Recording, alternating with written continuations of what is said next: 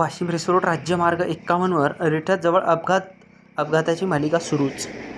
वाशिम ते रिसोड राज्यमार्ग क्रमांक 51 या रस्त्यावर गावाजवळ अडोळ नदीवरील पुलावर वारंवार अपघात होत आहे. यामध्ये दिनांक 11 ऑगस्ट रोजी सायंकाळी 7:30 दरम्यान वाशिमवरून येत असलेले 3 व्यक्ती मेहकर तालुक्यातील बोरी येथील संतोष नामदेव साठे, रोहन संतोष घनगाव, दीपक अंबादास साठे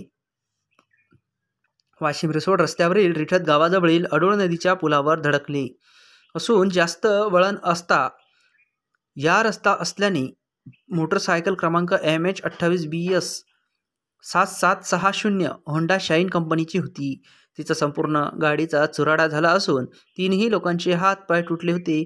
त्यांना रिठत येथे मुक्कामी उभी राहत असलेल्या ॲम्ब्युलन्समध्ये हलविण्यात आले. वाशिम येथील ग्रामीण रुग्णालयात भरती करण्यात आले. यासाठी पोलीस, शेख व आंभोरे उपस्थित होते. या उपस्थित असलेल्या नागरिकांनी सहकार्य केले. रिसोड तालुका प्रतिनिधी नारायणराव अरू पाटील, इंडियन न्यूज 24 साठी पाहत राहा इंडियन न्यूज 24.